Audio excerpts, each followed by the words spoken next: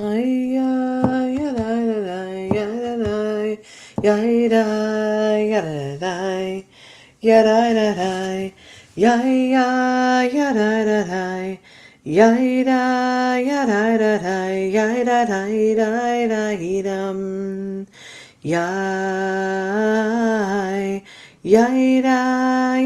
yada, yaida, yada, yada,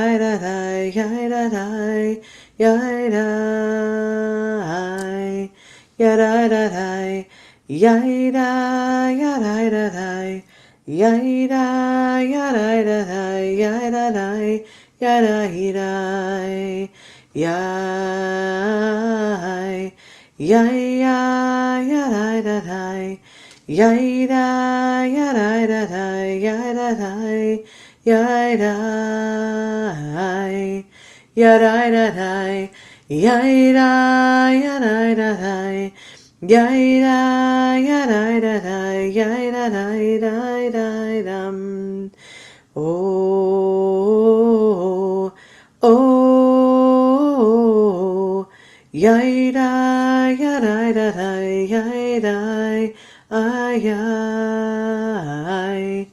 yada-da-da, yai-ya, yada-da-da, yai-da, yada-da-da, yai-da-da, yai-da,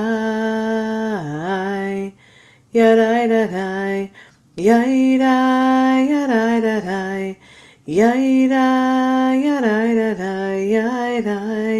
yada, yada, yada,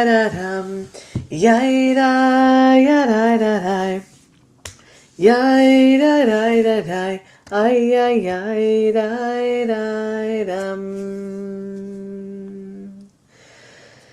Shalom Alechem. Alechem Shalom. It's crazy. Like the weeks just fly by, and also the weeks feel like they just stand still. It's hard to imagine that we're back at Friday. Once was my favorite day of the week, now my least favorite day of the week. It's just a reminder of time. But there's also something sweet amongst the torn heartstrings about Shabbat melodies that keep us connected and woven together. Today is Ellis's last day of camp, and so while I walked into the school and everybody had a huge smile on, I was thinking to myself, well, the reality of, listen, we're still in the beginning of August. We still have plenty of summertime to have. But the smiles on the face of the staff was like, we get this nice break before we start teaching school. The majority of the counselors and things are either teachers there in the school or college kids. And so no matter what, it's a break in time before they start school. But it's interesting how words often relate to time. And so yesterday we received a message. Yesterday was his camp show, which was great, and his sisters got to go, and so he was very happy about that. But we got an email last night that had an update to the school schedule for fall. And so the realization of just how the holidays lay out was clearly depicted there, because it wasn't a new schedule. It was an updated schedule, which meant that the words that were going to be following in that email, it's like, what is the catchphrase of the subject of the email? And so the email said updated schedule, and then you opened the message. Because the holidays fall out, not only are your children going to be off basically every Thursday and Friday for the month of October. He goes to school at a conservative synagogue, but the early childhood, care center within the school. And so not only are you going to be off Thursdays and Fridays, but on the Wednesdays for Erev, we need to leave school early. So I thought to myself, you get what you pay for. You know what? It's in any school. If the public schools are closed, the private schools are closed, fine. Then you go to, a Jewish organization or faith-based organization, and then you get the additional closures. So I think in October, Ellis goes to school maybe 7 full days. Anyway, it is what it is. But the words tell us. And so it brings me, back to, we've talked a lot about this week's Parsha, and we'll discuss more during the Torah portion of the service for tomorrow. But Devarim meaning the words. The book of Deuteronomy, as it were. Even though, people say, well, what is it in English? Deuteronomy. Well, what does that mean? And so in this last book of the 5 books of Torah, 5 books of Moses, the Israelites are standing there as a reminder, ready to enter the land of Canaan. And here goes Moses with his recounting of all of the events of Israel's journey from Sinai to the Promised Land. Not only did we talk about how he was saying, how we were treated by each and every group of people that we've encountered along the way, but he also now talks about the details, including the difficulty he had personally governing the people. He's telling the people that I've had all of these issues, helping all of us together get to where we are in this moment. He talked about the implementation of the created judicial system, as it were, in those times. So in the 40 years of wandering, he's going on and on and on about the detailed occurrences as they unfolded again. But why do we even bother telling stories again? There's something specific to our faith tradition that always calls us to a place that says, if we don't retell the story, it'll happen again, right? And then things happen again, even when we tell the story, and people feel defeated and deflated. But it doesn't stop us from doing it. It's the same thing as, well, it's not the same thing, but it's similar to when a student tells me that they already know everything there is to know about Pesach or whatever holiday we might be studying. Why do we have to learn that again? Or when they're talking about regular curricula in their secular school. It's so stupid. We're never going to even use this anyway. I don't even know why we're learning it or why we have to know it or why we're being tested on it. But there is importance. If we forget, the next generation doesn't get it. And so we talked a lot about this even just in this week, about how we often don't realize the true importance of our position in existence. So yes, we all have our own reasons for being, some of which we feel for ourselves, some of which is part of the way of the unfolding of life. But to really see ourselves as bridges between generations, that which was and that which will be, but also in community as the outreachers of hands. So if I had a particular situation and I share it with the next person, they're better equipped to help another should they find the situation upon themselves or upon a friend. And so the importance of telling and sharing and retelling not only doesn't, is it in theory supposed to stop the potential of badness of happening again. When we say never again is now, these are things that are familiar to our culture. But it's also as a way to say, hey, wait a second. I've been in that position before. I've been there before. My family has been there before. Our people have been there before. What can we do better in order to serve those that will come after us or those that we're in the trenches with in this moment? So Moses thought It was really important. Something called him, whether it was because he was so annoyed, because he knew he wasn't going further with them, whatever the reason was,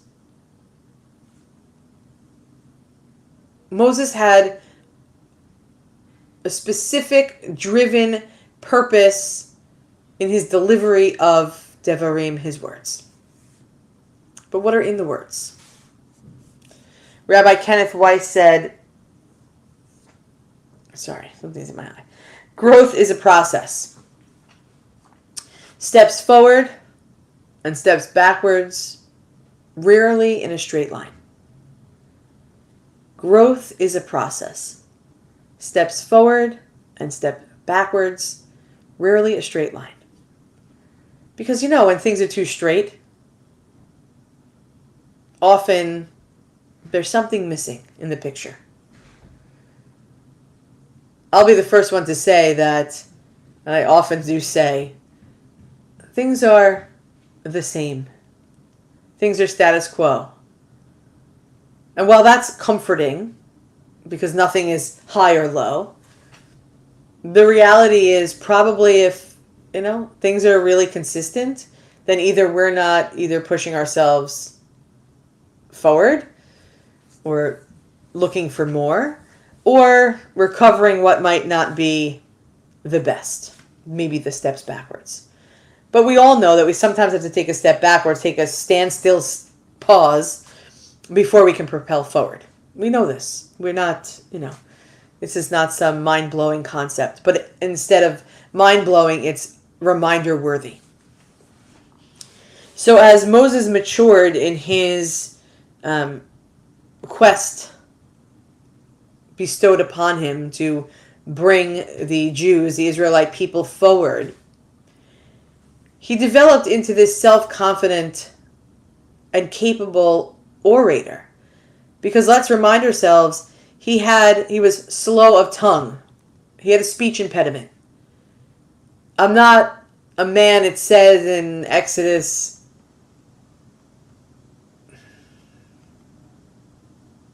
maybe chapter 4. I don't know the verse. I think chapter 4. Moses said, I'm not a man of many words. I'm heavy of tongue. Who grew into this different Moshe, different Moses, who addressed all of Israel in this week's Parsha, Devarim, Deuteronomy, chapter 1. He went from I can't really to here I am, ready to talk to all of you with my words. Times changed. Moshe evolved. He was able to relay and even clarify the things that God had commanded. Every person, all of us, are capable of that same growth. People, groups, organizations, religious establishments, generations, all of us have the ability, the capability to grow. The Israelites over 40 years,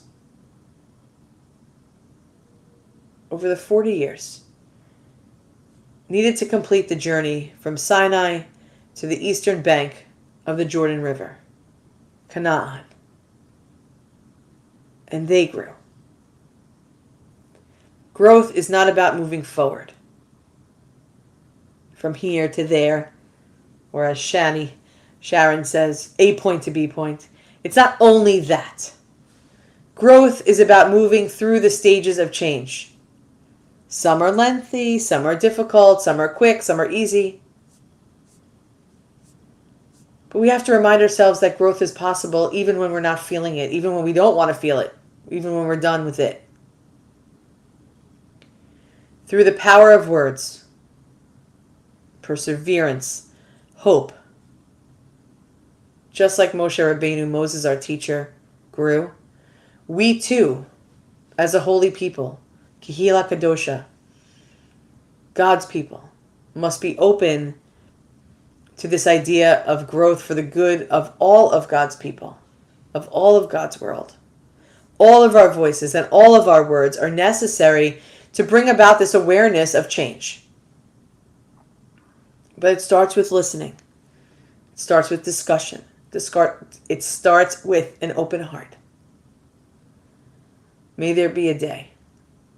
May there be a day in our time when words are only words of kindness. When words of kindness are only ways towards inclusivity. When inclusivity really hugs and loves humanity. We are one human family, one heart of abundant love. We love you. We look forward to seeing you back here. I will be back here with Mike, our keyboard enthusiast, amazing keyboard guy, part of our musical team.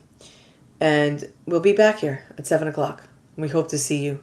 We are not in person as Rabbi Jay again. He's still positive for COVID, not feeling great. Feeling better, but not great. And so we will be here to bring in Shabbat. He will be here, watching and in the comments. And it was so great to be with all of you. Let's see who is here. Linda and Julie, Elisa, Debbie, Jeneba, Amy, Jan, Lita, Todd, Amy, Bonnie,